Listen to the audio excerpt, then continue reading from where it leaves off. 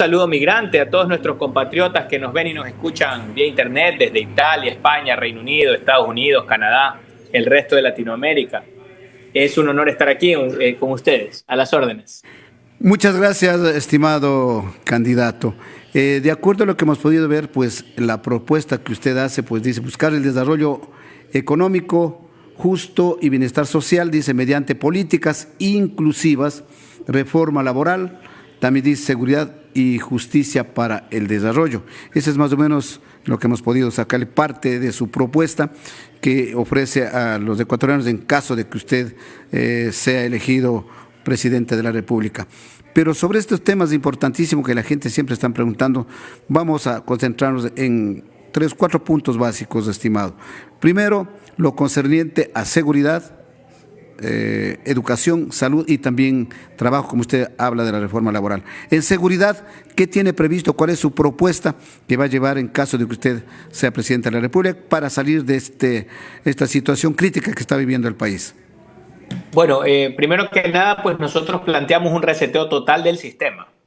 Necesitamos resetear el sistema en materia política, en materia de seguridad y en materia económica.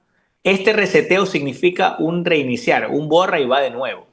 Queremos, por ejemplo, con nuestro plan Artillería contra la Delincuencia, pulverizar al crimen organizado. Y esto se da con 6 cambios principales. El primero, cambiar la función de las Fuerzas Armadas en la Constitución, que ya no solamente estén listos para un ataque externo, que no solamente sean militares, sino que se transformen en algo similar a los Carabinieri de Italia, o la Guardia Nacional en España, o la Gendarmerie de Francia.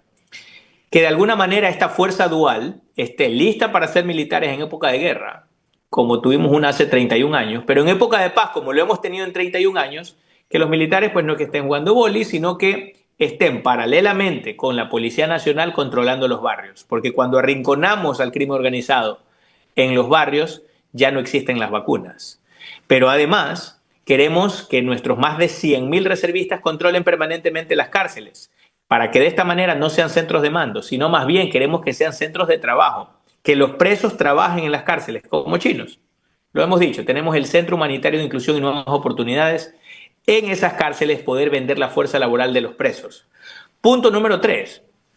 Queremos que vuelva el servicio militar para los jóvenes y la premilitar en los colegios. Además, y en paralelo, que tengamos escuelas de arte, cultura y deportes para los jóvenes y que no entren a las pandillas. Pero como punto número 4, nosotros queremos la cooperación internacional. Planteamos la diplomacia de la lucha contra el crimen organizado, en la cual firmemos acuerdos de cooperación militar con varios ejércitos del mundo. Además, con centrales de inteligencia y con policías. De esta manera, con varios cuerpos de policía, varias centrales de inteligencia, comenzaremos a ver dónde está la plata. Porque cuando uno le pone trabas a un negocio, el negocio se va por otro lado. Lo mismo pasa con los negocios ilícitos. Si uno les congela cuentas, si uno les comienza a incautar los activos, comenzarán a irse a otro lado. Eso ya lo conocen muy bien nuestros migrantes. Cuando hubo el mayor éxodo de personas de bien de Ecuador, fue cuando les congelaron la plata en el feriado bancario. Queremos hacer exactamente lo mismo con el crimen organizado. Encantado, sí, lógicamente que puede ser. Pero a esto, para cumplir los objetivos suyos, se necesita una reforma total a la Constitución, porque recordemos que la Correcto. Constitución es demasiado garantista y que lógicamente está hecho a la medida para favorecer a la delincuencia organizada, el narcotráfico, en fin. En ese tema, ¿qué va a hacer usted? Y adicionalmente, estaría de acuerdo, por ejemplo, que ahora han sido, víctimas de la delincuencia los menores de edad, que están siendo utilizados para sicariatos, terrorismo, en fin. ¿Estaría usted de acuerdo de que sean sancionados como adultos mayores, estimado candidato? Sí, a ver, algo muy importante. La columna vertebral de nuestro proyecto político es una nueva constitución. Una constitución que abrace las ideas de la libertad para enrumbar Ecuador al primer mundo. Queremos hacer las reformas que el primer mundo hizo cuando no era primer mundo para que las oportunidades estén aquí. Tillería volvió para que no tengan que emigrar.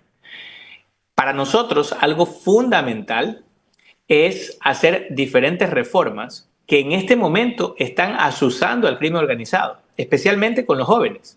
Y recuerden que han sido los políticos de los últimos 45 años los que han hecho este tipo de leyes. O sea, que nadie se pierda en esto de aquí. Quienes hacen las leyes actuales, quienes las han hecho, son los políticos de los últimos 45 años. Partido Social Cristiano, correísmo, novoísmo, Partido Creo. Entonces, en estos momentos le están dando un premio al crimen organizado si es que este contrata niños. Y les explico rápidamente por qué. Si un joven de 18 años comete sicariato, le dan hasta 26 años de cárcel. Es decir, cuando él sale, ya no va a tener su pelada, probablemente alguno de los padres esté muerto, y con ello, él va a tener, de alguna manera, se inclina y tiene la tentación de delatar a su jefe para que le reduzcan la pena. ¿Ok? Es decir, si uno contrata para sicariato a un joven de 18 años, puede ser que lo delate. Pero si es que este joven tiene 16 años, con la ley actual, en 2 añitos él sale libre y con el récord criminal totalmente limpio. Es decir, él puede quedarse calladito los 2 años y sale libre y con récord criminal limpio. No necesita delatar a nadie. Entonces, como jefe de la banda, uno tiene un premio si es que contrata a uno de 16 en lugar de contratar a uno de 18. Y si es que contrata a uno de 11, mucho mejor, porque no tiene ninguna pena en lo absoluto. No lo mandan a una correccional, absolutamente nada, totalmente inimputable. ¿Quiénes han hecho estas leyes que promueven que nuestros niños sean parte del crimen organizado? Los políticos de ahora. Nosotros vamos a resetear el sistema y a darle la vuelta a la tortilla. ¿Qué pretendemos hacer? Estimado Decirle al candidato, Ajá. ¿sancione a los menores como adultos?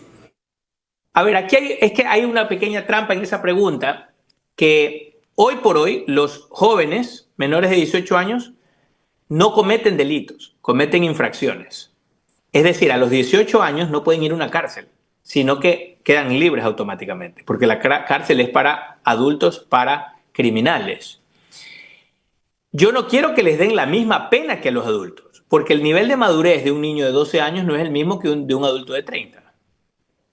Sin embargo, sí tienen que poder ser imputables y sí tienen que ir primero a una correccional y después terminar sus días de la pena en una cárcel, en una penitenciaría. Pero no como adultos. O sea, aquí hay en realidad 3 vertientes. La una, que es la que defiende el correísmo, que siga todo igual y que los menores no puedan cometer delitos y no se los sancione para nada. Simplemente que vayan a una correccional y después quedan libres.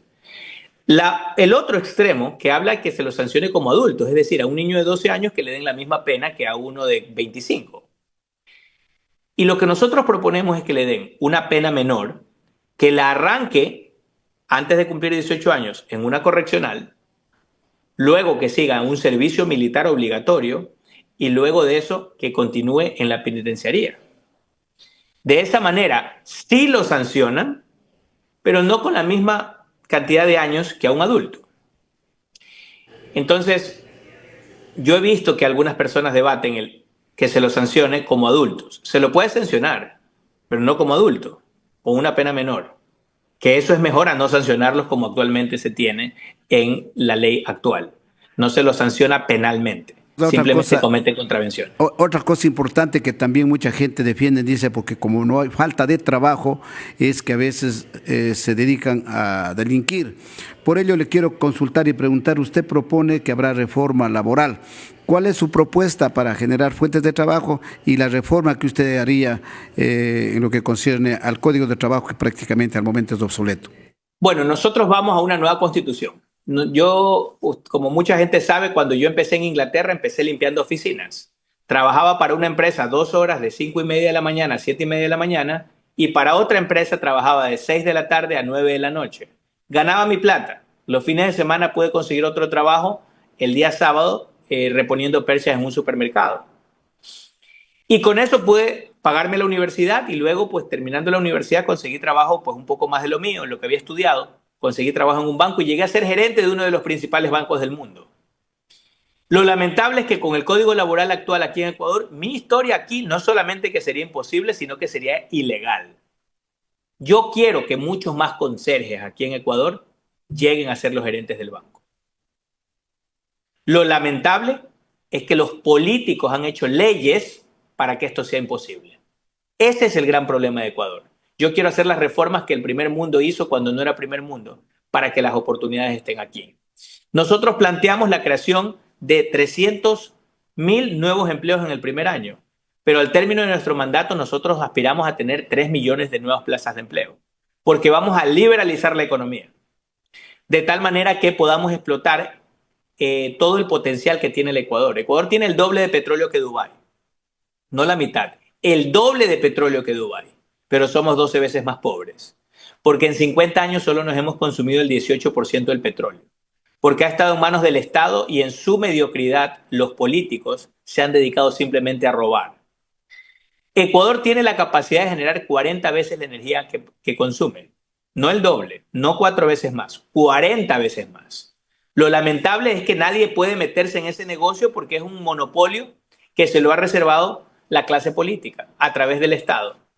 Y en ese sentido nosotros pretendemos liberalizar todo el potencial que tiene Ecuador, reduciendo el poder de los políticos y aumentando el poder y la libertad de la gente. ¿Cuál sería la reforma que usted haría? ¿Estaría de acuerdo, por ejemplo, trabajo por horas? La reforma que haría de inmediato si usted llega a la presidencia de la República para fomentar justamente el trabajo que este momento no existe en el Ecuador. Bueno, hay una cuestión muy importante. La gente aquí en Ecuador sí trabaja por horas. Lo que pasa es que los políticos quieren empujarlos a la clandestinidad. Cuando ustedes se van el fin de semana a algún mall o se van a algún restaurante, ustedes ven que hay más meseros, hay más gente ayudando, hay más gente sirviéndoles. Ellos están trabajando por horas. Lo lamentable es que tienen que hacerlo por debajo de la mesa, tienen que hacerlo en chiqui, tienen que hacerlo clandestinamente porque los políticos actuales no quieren historias como la mía, que un conserje llegue a ser gerente del banco. Ellos quieren que el conserje siga siendo conserje, que no pueda estudiar y trabajar. Y peor aún, muchas veces que el hijo del conserje también sea conserje. Nosotros venimos a resetear ese sistema. Nosotros queremos, por ejemplo, que cada ciudadano pueda elegir libremente cuántas horas quiera trabajar. Si quiere trabajar 20 a la semana o quiere trabajar 10 a la semana porque estudia, o puede trabajar en una empresa 15 y en la otra empresa 25. Y por último, si él quiere trabajar 60 horas a la semana porque quiere armar un patrimonio y rápidamente tener capital para después ponerse su negocio, que lo pueda hacer. ¿Quién es un político para decirle no, no, si no es tiempo completo, nada? ¿En qué cabeza? Necesitamos menos poder para los políticos, más poder para la gente. Sobre esto justamente quería consultarle la última pregunta, estimado, sobre este trabajo. ¿Usted está de acuerdo, por ejemplo, de que en el país se elimine el sindicalismo público, los famosos contratos colectivos, porque son gente privilegiada que este momento tienen, y lo peor de todo, que ellos son los que ponen todas las trabas y la ineficiencia en la mayor parte de las empresas públicas como CNT, Petroecuador, CNEL, CELEG, en fin? Sobre este tema, ¿qué nos puede decir, estimado candidato? A ver, hay dos cosas. Nosotros defendemos la libertad de asociación, que los empleados puedan organizarse en sindicatos, está bien, por un lado. Por otro lado, también nosotros respetamos los acuerdos. Yo soy capitalista y el capitalismo se basa en contratos. Los tratos y los contratos que se hacen tienen que respetarse y vamos a respetarlos. Ahora, desde el punto de vista de los privilegios y sindicalistas que ganan $15,000 mensuales, pongan las barbas en remojo porque en nuestro gobierno se van a eliminar todo ese tipo de privilegios. Vamos a tener incluso líderes sindicales que sean eficientes y que puedan llevar a las empresas públicas a ser rentables. Si no, van a ser liquidadas. Lo que nosotros queremos es garantizar para todos los empleados una empresa que exista. Y para eso la empresa tiene que ser eficiente y tiene que ser rentable. Y en eso yo ya me he reunido con varios líderes sindicales y ellos están de acuerdo con eso. El enemigo en común que tenemos no son los sindicatos, el enemigo en común son los políticos que se han llevado la plata en los últimos 45 años. Esos políticos que muchas veces le ponen a esos sindicatos cuotas políticas, les ponen de agache ciertos empleados para hacer, para repartir su cake, su torta. Y de esa manera la empresa pública comienza a ser menos eficiente. Y no solamente en las empresas públicas, también en el sector de educación, salud. Pero nosotros vamos a recortar toda esa grasa innecesaria, como los llamo yo, a esos 230,000 chupasangres. que lamentablemente hoy por hoy desangran a Ecuador con 230.000 empleos públicos, que significan 3.500 millones de dólares al año, es decir, 10 millones de dólares al día le cuesta esa burocracia parasitaria chupasangre al Ecuador. 10 millones de dólares al día equivalen a 10 escuelas diarias, equivalen a 3 hospitales diarios o 238 patrulleros al día.